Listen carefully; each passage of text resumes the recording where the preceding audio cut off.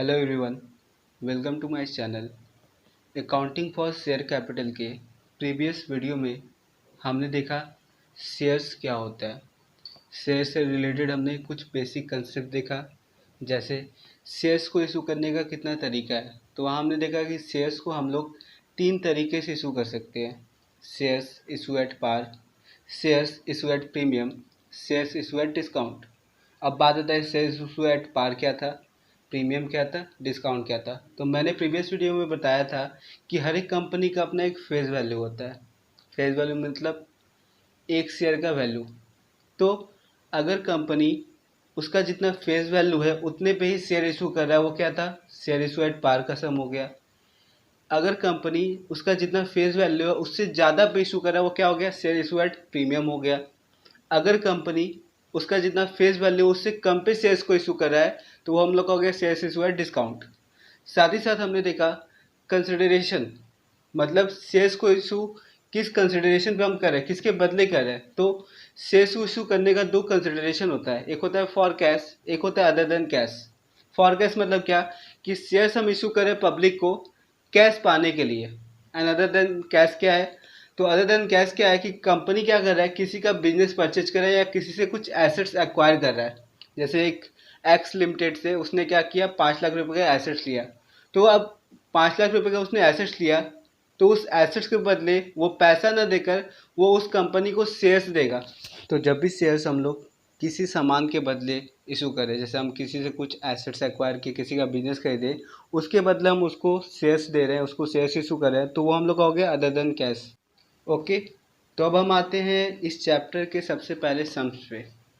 जो हम लोग पहला प्रॉब्लम इस चैप्टर का सीखने जा रहे हैं वो है हम लोग का shares issue at par. Shares issue at par का हम लोग अब सम्स सीखेंगे। तो चलो क्वेश्चन नंबर 6 जो अपने स्क्रीन पे दिख रहा है उसको एक बार पढ़ लो। X company limited offers for public subscription 2000 equity shares of rupees 10 each at a par, payable as rupees 3 on application, rupees 4 on allotment, and the balance on a call. The whole issue was subscribed by the public and all the installment were duly received. So the journal entries. तो ये रहा हम लोग का एक question number 6, जहाँ पे बता रहा है कि x company limited public subscription के लिए 2000 शेयर्स ऑफर कर रहा है, 10 रुपये वाला पार पे। पेबल एज 3 ऑन अप्लीकेशन, 3 रुपये अप्लीकेशन पे होगा, 4 रुपये अलॉटमेंट होगा, और जितना अमाउंट बच जा रहा है वो कॉल पे होगा। और लास्ट में बोला जनरलिटी पास करो। तो जैसा कि हम लोग ने प्रीवियस वीडियो में देखा था कि कंपनी जब भी पब्लिक से पैसा लेगा तो वो पैसा वो स्टेजेस में लेगा, या बोल सकते हैं इंस्टॉलमेंट में लेगा।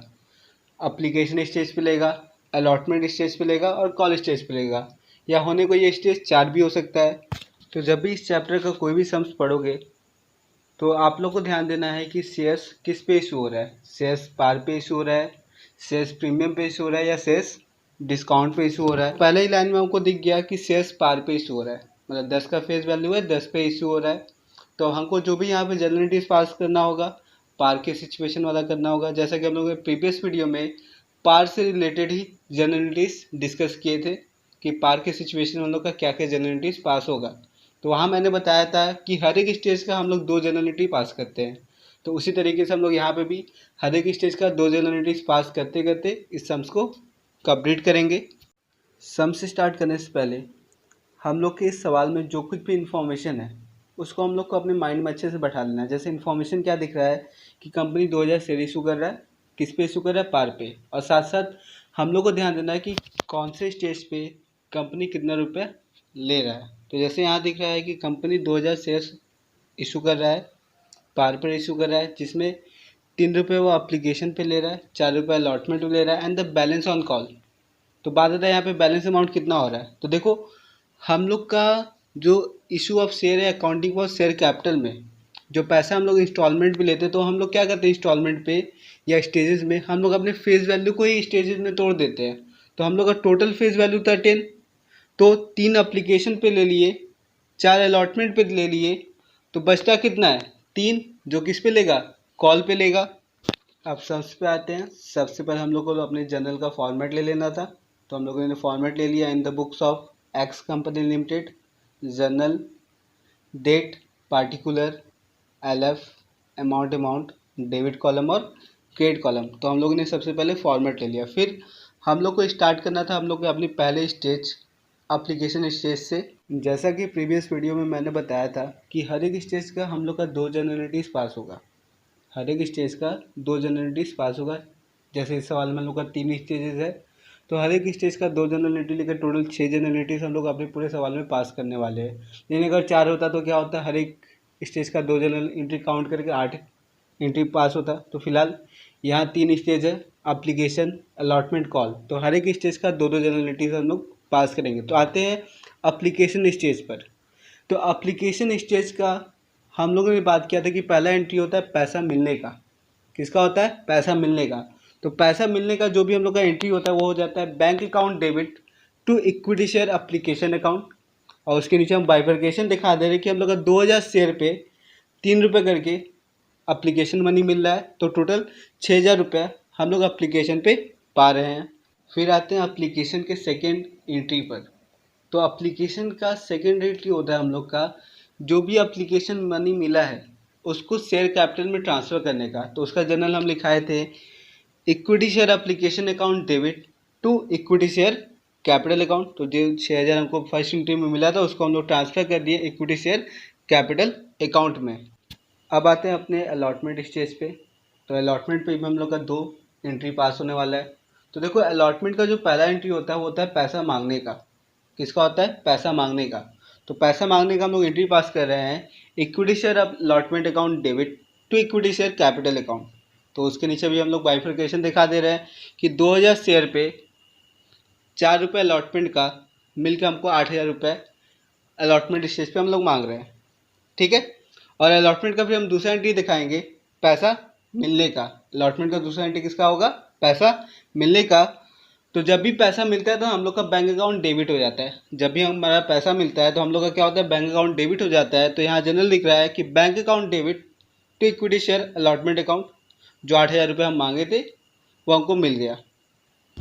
अब आते हैं अपने अगले स्टेज कॉल के स्टेज पे। तो देखो मैंने स्टार्टिंग में ही बोल दिया कि हर एक स्टेज का 2 एंट्री पास होगा। तो कॉल का भी 2 एंट्री पास होगा। अब बात आता है कि कॉल का एंट्री किस बारे में होगा पहला। तो यहाँ पे कॉल का पहला एंट्री हम लोगों का पैसा मांगने का। कॉल का पहला एंट्री किस बात का होगा? पैसा मांगने का। तो भाई पैसा मांगने का एंट्री जैसे हम लोग अलॉटमेंट में किए थे वैसे यहाँ पे भी होगा। तो यहाँ पे दिख रहा है हम लोग का पैसा मांगने का entry equity share call account debit to equity share capital account. अब नीचे अमाउंट का बाइफर्केशन दिखा दे रहे हैं। बाइफर्केशन क्या हो गया? 2000 शेयर पे हम लोग 3 रुपये करके मांग रहे हैं। टोटल 6000 रुपये हमको कॉल पे मिल रहा है। अब देखो ये जो कॉल के स्टेज पे हम लोग 3 रुपये लिए, जैसा कि स्टार्टिंग में सवाल में दिख गया था कि हम लोग का 3 रुपये एप्लीकेशन मनी होगा, 4 रुपये अलॉटमेंट मनी होगा और बैलेंस रहेगा कॉल मनी। तो ये जो बैलेंस कॉल मनी 3 हम लिए वो कैसे लिए? स्टार्टिंग में भी बताए थे कि हम लोग का जो स्टेजेस या इंस्टॉलमेंट बढ़ता है वो हम लोग का क्या होता है, हम लोग अपने फेस वैल्यू को ही तोड़ देते हैं। अगर हम 3 स्टेज में पैसा लेना चाहते हैं तो अपने फेस वैल्यू को हम 3 टुकड़ा कर देते हैं। अगर हम 4 स्टेज में लेना चाहते हैं तो फेस वैल्यू का 4 टुकड़ा हम लोग कर देते हैं। तो इस सवाल में भी क्या, जो हमारा फेस वैल्यू था 10 वही 3 टुकड़े में बढ़ गया कि मेरे फेस वैल्यू का 3 रुपये हम एप्लीकेशन मनी पे ले रहे हैं, फेस वैल्यू का 4 रुपये हम अलॉटमेंट मनी पे ले रहे हैं। तो बच कितना रहा है? 10 में से जब हम 3 एप्लीकेशन पे ले लिए, 4 अलॉटमेंट पे ले लिए, तो बच कितना रहा? 3, जो हम किस पे लेंगे? कॉल पे लेंगे। अब कॉल की सेकेंड एंट्री पाते हैं। तो जैसा कॉल का फर्स्ट एंट्री में हम लोगों ने पैसा मांग लिया था, तो अब कॉल का सेकेंड एंट्री क्या होगा? जहाँ पे हमको पैसा मिलेगा। और जब पैसा मिलेगा तो वापस से क्या होगा? हम लोग का बैंक अकाउंट डेबिट होगा। तो यहाँ जनरल लिख रहा है bank account debit to equity share call account. And lastly सारे जनरल का हम लोगों ने टोटल कर लिया तो 40,000 अमाउंट टोटल वाले कॉलम में बैठ गया। लेकिन अब एक कन्फ्यूज़न या एक चीज़ अगर ध्यान दिए होगे, मैंने किसी भी जनरल का नरेशन नहीं बताया जो कि बहुत इंपॉर्टेंट था। तो नरेशन बताने में काफ़ी टाइम चला जाता। नरेशन ज़्यादा टफ है नहीं, बेसिक नरेशन है। तो उसका लिंक मैं डिस्क्रिप्शन बॉक्स में दे दूंगा, जहाँ पे आप लोग को इसके नरेशंस का फ़ोटो मिल जाएगा। तो आप नरेशंस अपने कॉपी में नोट कर लेना। तो हम लोगों ने आज शेयर्स को इशू करने का पहला तरीका सीखा कि शेयर्स जब भी पार पे इशू होगा तो किस तरीके से हम लोग को जनरलाइजेशन करना है। लेकिन अभी भी शेयर्स को इशू करने का 2 तरीका और बचा हुआ है, शेयर्स इशू एट पार या शेयर्स इशूड प्रीमियम। जैसा कि मीनिंग क्लियर है कि अगर हम लोग के फेस वैल्यू से ज़्यादा पर कंपनी शेयर्स को इशू कर रहा है तो वो प्रीमियम पे इशू कर रहा है, और अगर फेस वैल्यू से कम पे इशू कर रहा है तो क्या डिस्काउंट पे कर रहा है। तो बात आता है इसमें हम लोग क्या अकाउंटिंग ट्रीटमेंट करेंगे। तो ध्यान देना, सबसे पहले तो आपको समझना पड़ेगा कि ये जो प्रीमियम है या ये जो डिस्काउंट है वो कौन से स्टेज पे है। जैसा कि प्रीमियम जो हम एक्स्ट्रा अमाउंट ले रहे हैं पब्लिक से, वो हम कौन से स्टेज पे ले रहे हैं, एप्लीकेशन पे ले रहे हैं, अलॉटमेंट पे ले रहे हैं, या कॉल पे ले रहे हैं, या फिर डिस्काउंट जो हम पब्लिक से कम पैसा ले रहे हैं, 1 रुपये या 2 रुपये जितना भी हम अपने फेस वैल्यू से कम ले रहे हैं, वो हम किस पे ले रहे हैं, एप्लीकेशन पे ले रहे हैं, अलॉटमेंट पे ले रहे हैं, या कॉल पे ले रहे हैं। तो सबसे पहले हमको ये समझना पड़ेगा कि मेरा प्रीमियम या डिस्काउंट कौन से स्टेज पर है। तो देखो, ये तो सवाल में मेंशन रहेगा कि ये कौन से स्टेज पे है, और अगर मेंशन नहीं रहता है तो ध्यान देना, इस पॉइंट को इम्पॉर्टेंट मार्क रखना कि जब भी सब में प्रीमियम या डिस्काउंट नहीं बताए कौन से स्टेज पे है तो वो हमेशा होता है अलॉटमेंट के स्टेज पे। हमेशा क्या होता है, वो अलॉटमेंट के स्टेज पे होता है, इस बात को ध्यान देना। अब बात करते हैं कि प्रीमियम और डिस्काउंट का अपने जर्नल में क्या इफेक्ट दिखेगा। प्रीमियम या डिस्काउंट का अपने जर्नल में क्या इफेक्ट दिखेगा, तो इसका इफेक्ट ये जिस स्टेज पर है उस पर दिखेगा। पहला चीज़ तो ये, इसका इफेक्ट ये जिस स्टेज पर है, अगर एप्लीकेशन है तो एप्लीकेशन पे दिखेगा, अलॉटमेंट पे है तो अलॉटमेंट पे दिखेगा, कॉल पे है तो कॉल पे दिखेगा। रहा बात होगा क्या, जर्नल में हम लोग क्या कर रहे हैं, डेबिट कर रहे हैं और क्रेडिट कर रहे हैं, तो हम लोग का प्रीमियम और डिस्काउंट क्या होगा। तो ध्यान देना, जिस स्टेज पे प्रीमियम है, उसके कैपिटल वाला जो एंट्री होता है, उसका जो कैपिटल वाला एंट्री होता है, मतलब जिस एंट्री में हम लोग 2 इक्विटी शेयर कैपिटल कर रहे हैं, उस एंट्री में ये क्या हो जाएगा, क्रेडिट हो जाएगा, मतलब 2 सिक्योरिटीज प्रीमियम करके दिखेगा। अब आते हैं डिस्काउंट के ऊपर।